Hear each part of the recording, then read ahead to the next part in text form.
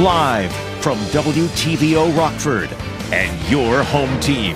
Eyewitness News at 5 starts now. Weeks after Roe v. Wade's overturned, a local organization discusses what's next. We're live ahead of tonight's meeting. Resources to get a high school diploma are easily accessible in Rockford, and it makes sense where the help comes from to start a new chapter in your life.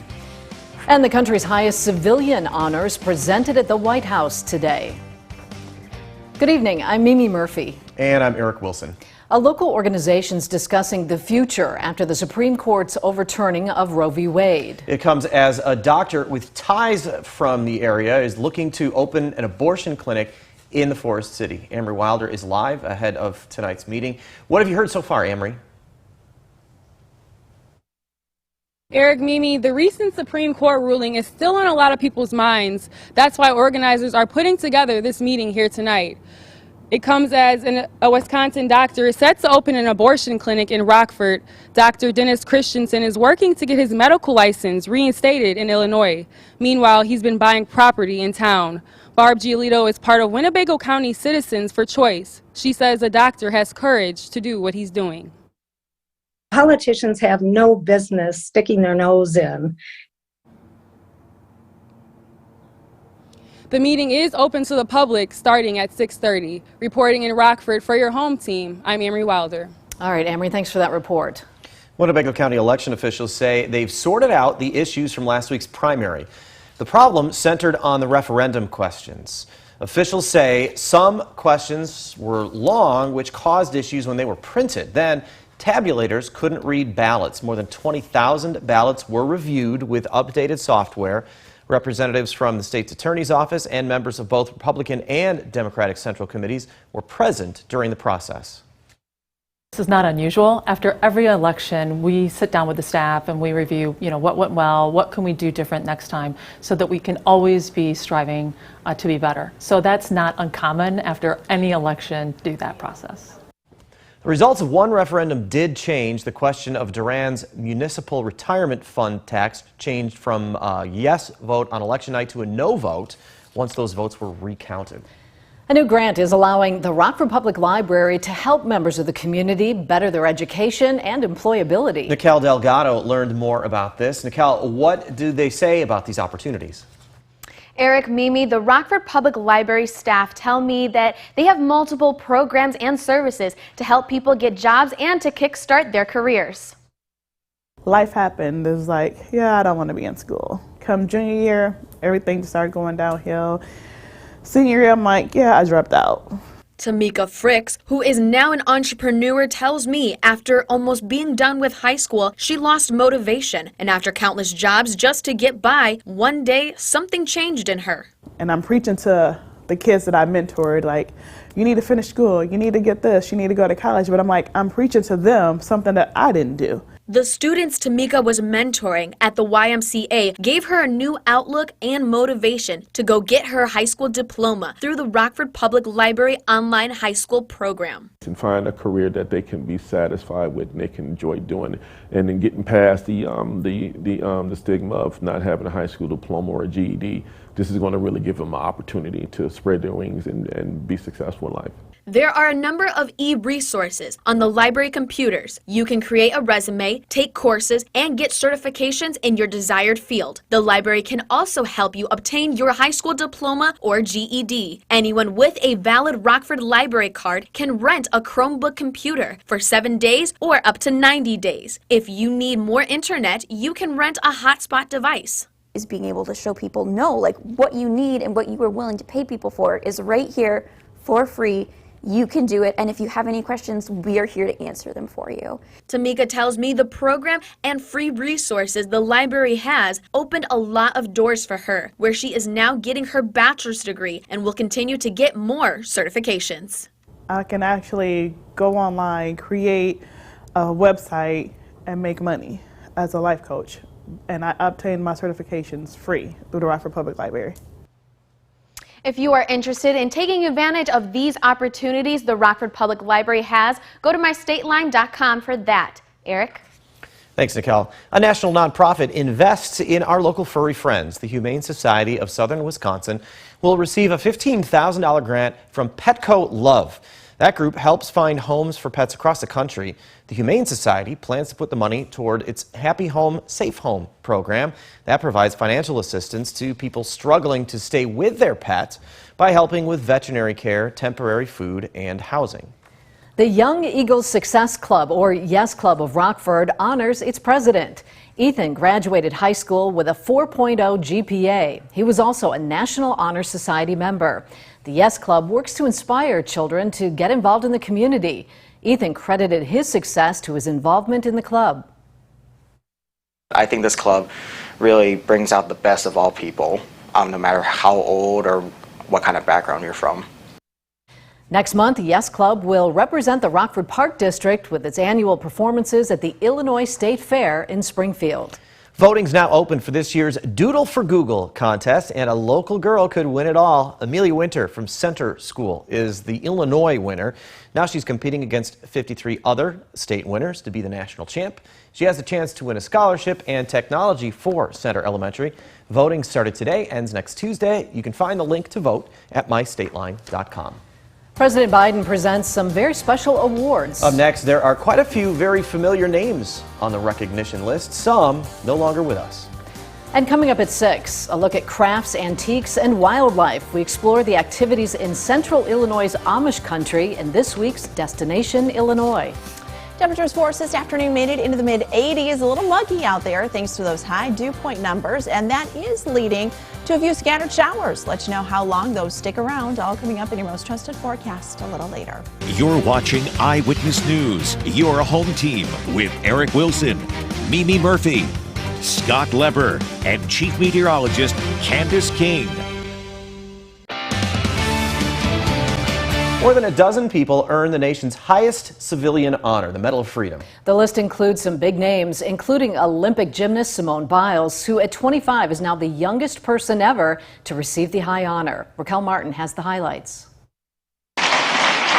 Civil rights trailblazers, humanitarians, and decorated athletes were among the 17 Americans awarded the Presidential Medal of Freedom at the White House Thursday. Our nation's highest civilian award. Simone Biles, the most decorated Olympic gymnast in history, was among the big names. She adds to her medal count of 32. I know you're going to find room. President Biden praised Biles' work both on and off the mat, highlighting her courage to speak out against sexual assault within U.S. gymnastics. Turn personal pain into greater purpose. The president also honored the work of Americans no longer with us. Former Apple CEO Steve Jobs. What Steve left us is something special. Technology with the capacity to improve our lives in ways that haven't even yet been thought of. And an old friend, the late Republican Senator John McCain. We used to argue like hell on the Senate floor, but then we'd go down and have lunch together. I never stopped admiring John. Never said a negative thing about him in my life. After today, just 631 Americans have received the award, including the president himself. This is America. He says today's recipients reflect the country at its best. One person missing from today's ceremony, actor Denzel Washington. The White House confirms he was unable to make today's ceremony because he tested positive for COVID-19, but say he will be honored at a later date. For now in Washington, Raquel Martin, back to you.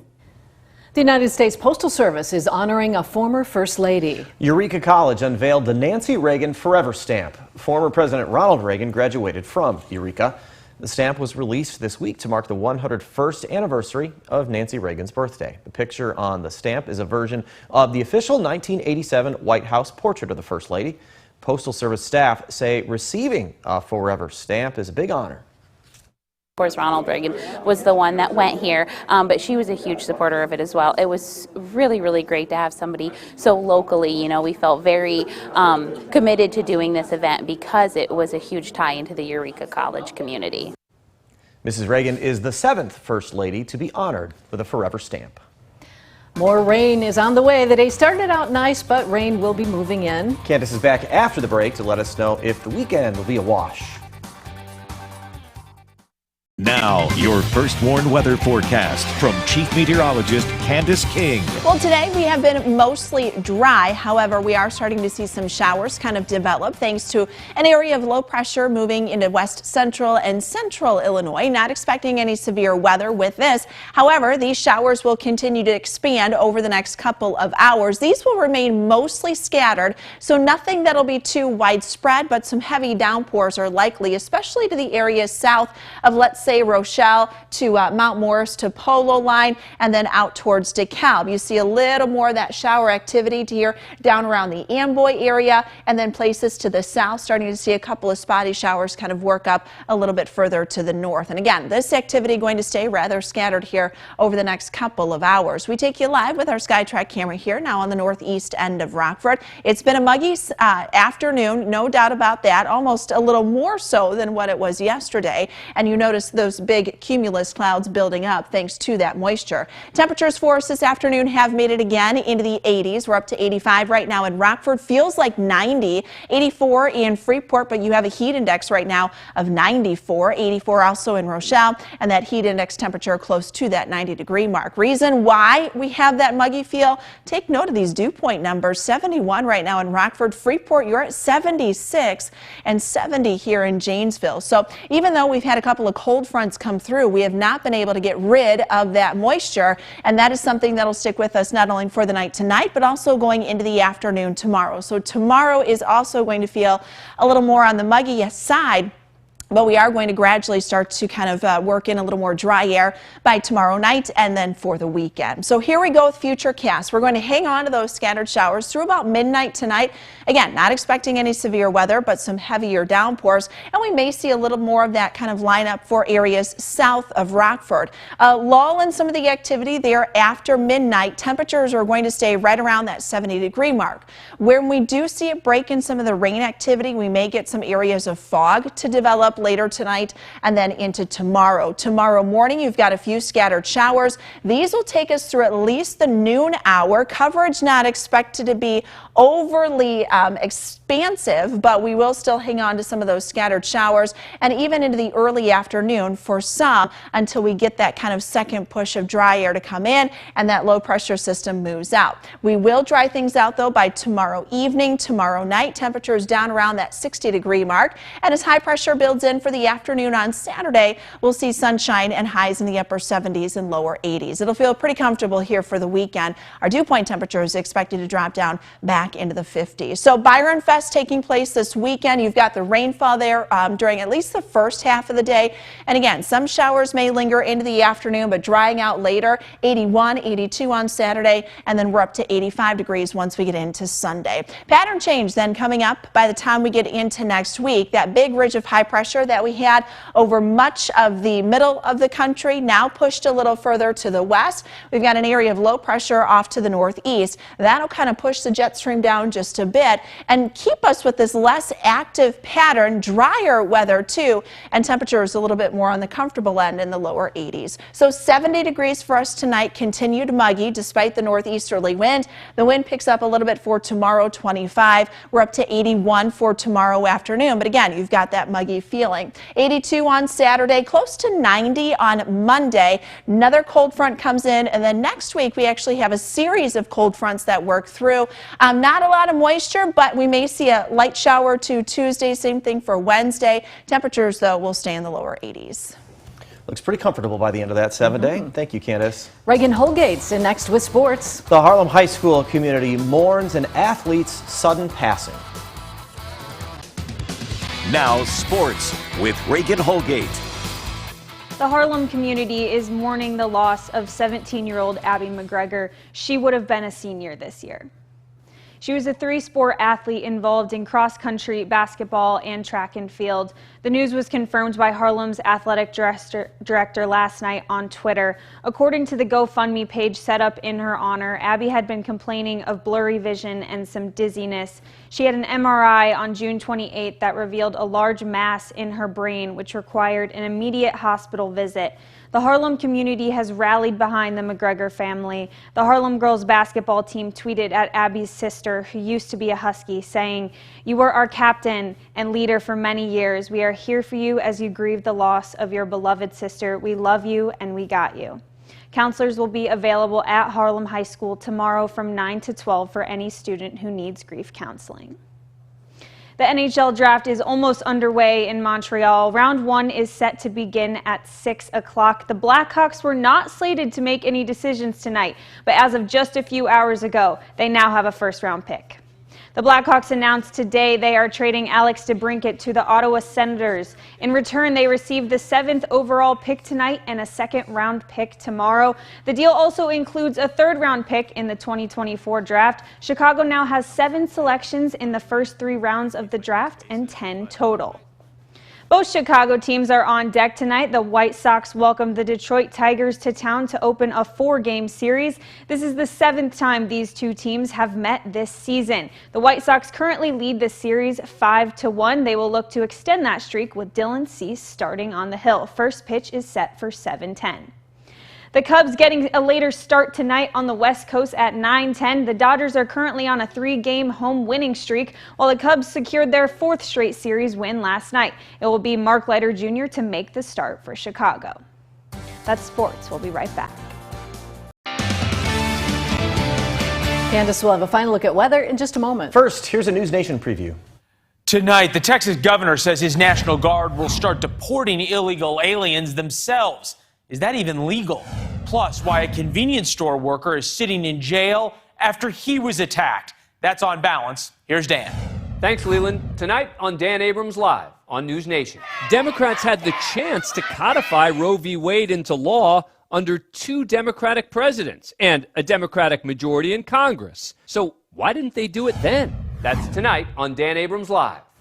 That's all coming up on the cable and satellite stations you see here. You can also try newsnation.com.